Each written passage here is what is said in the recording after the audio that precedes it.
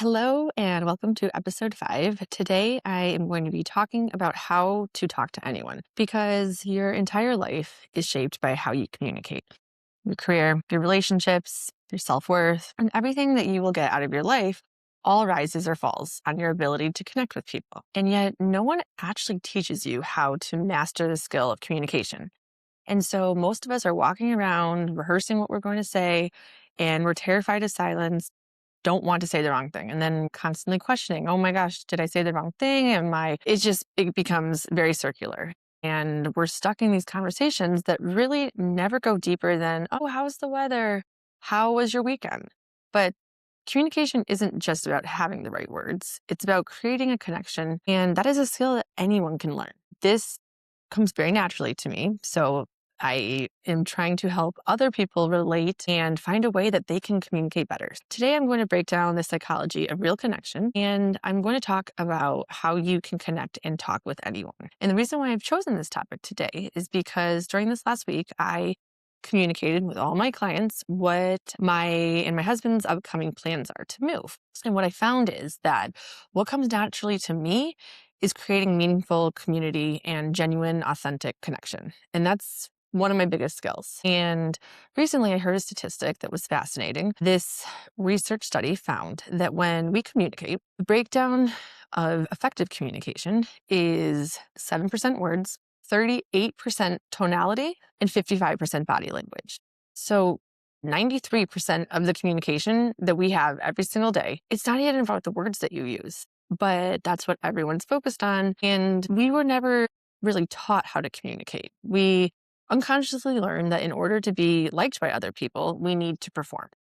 And if I'm being completely honest, so it's unconscious, we can feel when someone is being fake. And if we're performing for other people, that means we're not being our true self.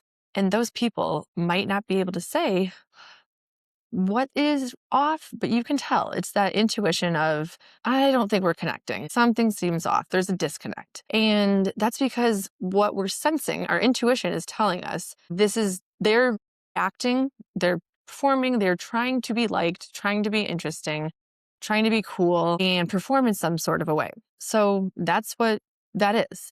We have been taught to question ourselves, and the second guessing everything you say is the problem. So now I want to go deeper and really look at the human brain, because the human brain is so complex. But if you just zoom out and go to like 50,000 feet, and you look down at what the human brain does, it's actually kind of simple. The human brain is always asking itself, am I safe? That's it. Just trying to feel safe in a conversation with somebody. You are in your unconscious and you're saying to yourself, am I safe? When I'm in a conversation with this person, am I safe? And that's a pretty uncomfortable feeling if that's going on in your unconscious.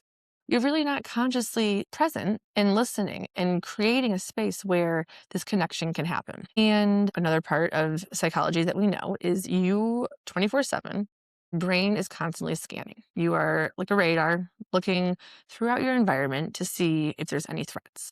And the reason why I say that most people are unconsciously having this conversation with someone is because in their in the back of their mind, they're thinking, am I safe with you? Is this safe? And then they're most likely going to be performing. And it's really, really important because most of us are trying to build that confidence of putting yourself out there, being confident in what you're saying, and trying to align your identity with what you're saying. And we've all been taught that in order to lead the room and have a calming presence, and actually, no, maybe you haven't been taught this. I forgot. I studied psychology in college, so this is not actually general knowledge. I want to clarify that.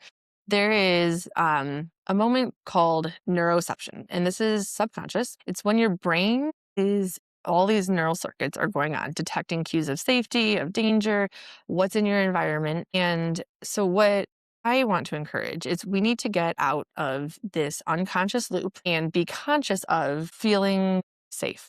Okay. What I'm saying is if you're not present and you're thinking about how you're going to respond to the question, or you're already thinking, are they going to judge what I'm saying? It makes it really difficult to connect when you're in this kind of flight or fight mode. So what I want to encourage is how do we create real, meaningful connection in an authentic way?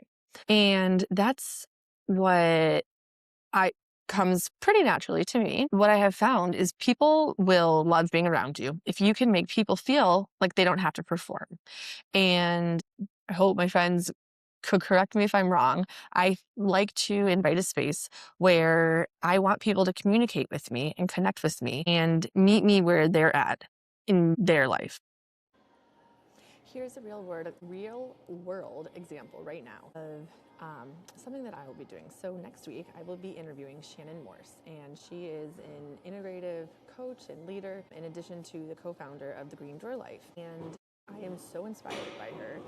And she is extremely qualified. She's known for her blending of science, somatics. She really just transforms people's lives at the end of the day. And her ability to relate to people and bring this intelligence so that women and men are really able to rewrite long-held patterns and step into a more aligned, embodied version of themselves. Her ability to lead and teach and create this grounded presence is something very valuable, and I want to create a deeper connection with her. So what I'm doing, and this is what I would recommend, is when you are questioning yourself, am I qualified enough to talk with her? What do I bring to the table? Instead of second guessing yourself, what I'm doing is I am really thinking about how am I going to ground myself to create a calm and a space where we can have meaningful connection.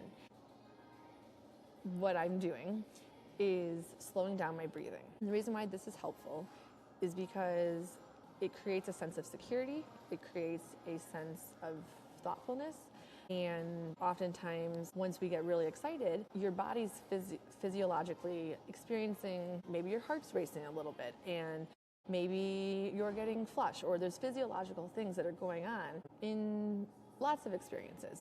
What I'm doing is I am trying to really create something meaningful and something inspirational for all my viewers. And the easiest way that I can think of having this conversation with Shannon is elevating my questions that I want to communicate with her. It's not just, hey, how's your weekend?